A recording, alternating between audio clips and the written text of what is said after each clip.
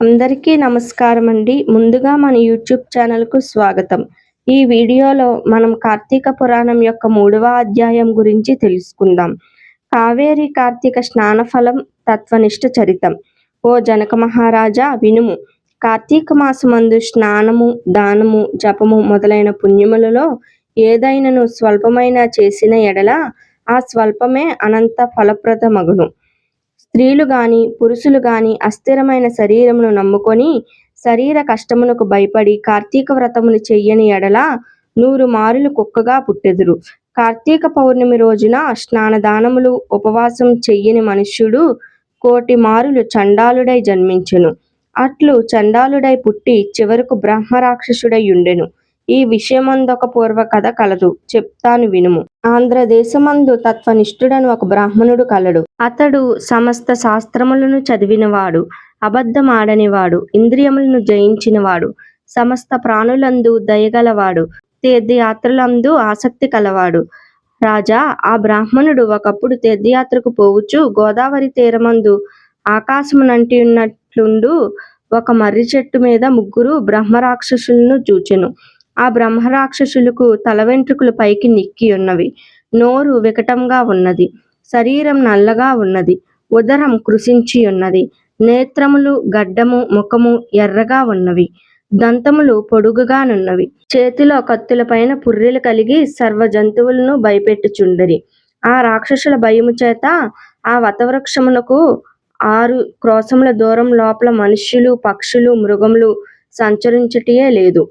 ఆ వట సమీపమందు పర్వత సమాన శరీరులగు ఆ బ్రహ్మరాక్షసులు నిత్యమును పశువులు, పక్షులు, మృగములు మొదలైన జంతుజాలముల యొక్క ప్రాణములకు భీతిని కొలుపు భయంకర శబ్దములను చేయుచుండెరి. వారు అనేక కార్తీక వ్రతములు ఆచరించిన తత్వనిష్ఠుడు దైవ వశము చేత మార్గమును పోవుచు మర్రి చెట్టు మీదనున్న 3 బ్రహ్మరాక్షసులను చూచెను.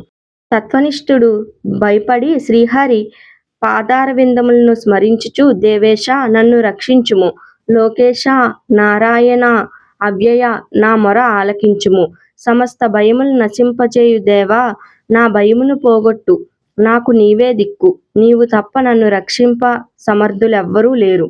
ఈ ప్రకారం హరిని గూర్చి మొరబెట్టుచు వారి భయమున పరిగెత్తుచున్న బ్రాహ్మణ్ణి చూచి బ్రహ్మరాక్షసులు వాణ్ణి భక్షించు తలంపుతో అతన్ని వెంబడి పరిగెత్తసాగిరి. ఇట్లు కొంత దూరం పోగానే వెనుకకు తిరిగి ఆ బ్రాహ్మణుని దర్శనం వలన బ్రహ్మరాక్షసులకు జాతి స్మృతి కలిగింది. ఓ రాజా, తరువాత బ్రహ్మరాక్షసులు ఆ బ్రాహ్మణుని ముందు భూమియందు దండ ప్రణామములు ఆచరించి అంజలి పట్టి నమస్కరించి అనేక వాక్యములతో ఇట్లని స్తుతించిరి. బ్రాహ్మణోత్తమ, మీ దర్శనం వల్ల మేము పాపరహితులం అయితిమి. మీ రాక మాకు ఉపకారం కొరకైనది, అది న్యాయమే. మహాత్ములు జీవించుట, యాత్ర చేయుట, లోకమునకు ఉద్ధరించుట కొరకే, ఉపకారం కొరకే అవును కదా. బ్రాహ్మణుడు ఈ మాటలు విని భయమును వదిలి మంచి మనసుతో ఇట్లనియే, మీరెవ్వరు, ఏ కర్మ చేత మీకిట్టి వికృత రూపములు కలిగినవి, లోకానిందితమై ఏ కర్మను మీరు పూర్వమందు చేసినారు, భయమును వదిలి సర్వమును నాకు చెప్పుడు. తరువాత రాక్షసులు తాము చేసిన నింద్యకర్మములు వేరువేరుగా తలుచుకొని ఆ బ్రాహ్మణునితో ఇట్లా విన్నవించిరి. మొదటి బ్రహ్మ రాక్షసుడు ఇట్లు పలికెను, అయ్యా, నేను పూర్వ జన్మమందు ద్రావిడ దేశంలో మందరమను గ్రామమునకు గ్రామాధికారిని, బ్రాహ్మణులలో నీచుడను, కఠినంగా మాట్లాడువాడును, ఇతరులను వంచించు మాటలను మాట్లాడుటలో నేర్పరిని. నా కుటుంబ లాభం కొరకు బ్రాహ్మణుల ధనం చాలా అపహరించితిని. బంధువులకు గాని బ్రాహ్మణులకు కాని ఒక్కనాడైనా అన్నమును పెట్టి ఎరుగును. బ్రాహ్మణుల సొమ్ము స్నేహం చేత హరించుటచే 7 తరముల కుటుంబం నశించును. దొంగతనంగా బ్రాహ్మణుల ధన సంహరించిన ఎడల సూర్యచంద్ర నక్షత్రములుండు వరకు కుటుంబం నశించును. తరువాత మృతి నొంది యమ బాధములు అనేక పొంది ఆ దోషం చేతనే భూమియందు బ్రహ్మరాక్షసుడనై జన్మించితిని. కనుక బ్రాహ్మణోత్తమ, ఈ దోషం నశించు ఉపాయం విచారించి చెప్పుము. అందులో 2వ బ్రహ్మరాక్షసుడు ఇట్లు చెప్పెను, అయ్యా, నేను ఆంధ్రదేశమందుండువాడును. నేను నిత్యం తల్లిదండ్రులతో కలహించుచుండువాడిని, వారిని దూషించుచుండువాడును. ఇది కాక నేనును నా భార్య పిల్లలను సడ్ర సోపేతమైన అన్నమును భుజించుచు నా తల్లిదండ్రులకు మాత్రం చద్యాన్నమును పెట్టుచుండును వాడును. బంధువులకు గాని బ్రాహ్మణులకు కాని ఒక్కనాడైనా అన్నం పెట్టేవాడిని కాదు. మరియు ధనమును విస్తారంగా అర్జించియుండితిని. పిమ్మట నేను చనిపోయి యమలోకమందు 8 యుగముల వరకు యమ బాధలు నొంది బ్రహ్మరాక్షసుడినై భూమి యందు జన్మించితిని. ఓ బ్రాహ్మణోత్తమ, నాకీ పాపం తొలగు ఉపాయం చెప్పి నన్ను ఉద్ధరింపుము. తరువాత మూడవ వారు నమస్కరించి తన స్థితిని ఇట్లు చెప్పిరి. అయ్యా, నేను ఆంధ్రదేశ నివాసిని, బ్రాహ్మణుడును, విష్ణాలయమందు స్వామికి అర్చకుడును. స్నాన సంధ్యావందనములు విడిచి స్వామి పూజను వదిలి పరనిందలను చేయుచు విశేషంగా మాటలాడుచు కఠినుడినై దయాశూన్యుడినై తిరుగుచు దేవాలయమందు భక్తులు వెలిగించు దీపముల్లోని నెయ్యి నూనెను అపహరించి వేశ్యాగృహమందు దీపములను పెట్టి ఆ నేతిని వేశ్యకి ఇచ్చి దేవతా నివేదితాన్నమును అపహరించి అనేక యాతనలను అనుభవించి తరువాత భూమికి వచ్చి నానా జన్మలందు జన్మించి చివరికి బ్రహ్మ రాక్షసుడై పుట్టి ఈ మర్రి మీద ఉంటిని. కనుక సమస్త భూతాదయపర బ్రాహ్మణోత్తమ, నన్ను రక్షించుము. నాకి బ్రహ్మ రాక్షస జన్మమును నశింపచేయుము అని అనగా తత్వనిష్ఠుడిట్లు బ్రహ్మరాక్షసుల మాటలు విని ఆశ్చర్యమొంది, మీకు కొంచెమైనను భయం లేదు, మీ దుఃఖం పోగొట్టెదను.